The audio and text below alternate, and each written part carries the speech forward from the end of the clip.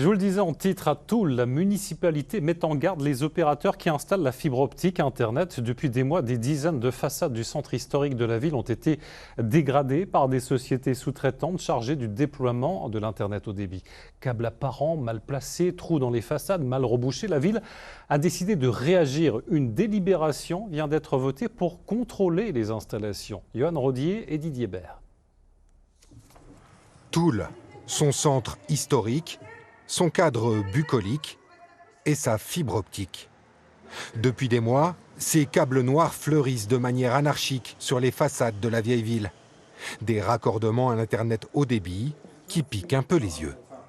Franchement, c'est dégueulasse, quoi. Vous avez tous les fils qui sont apparents. C'est pas beau, quoi. Une catastrophe.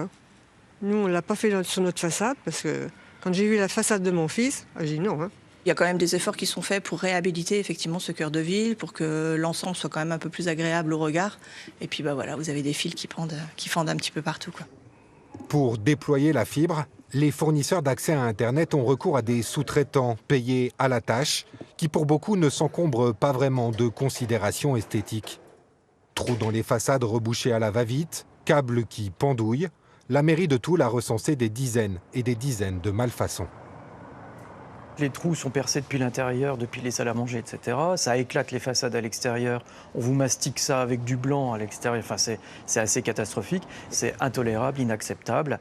Et donc le message, c'est que les gens ne doivent pas se laisser faire.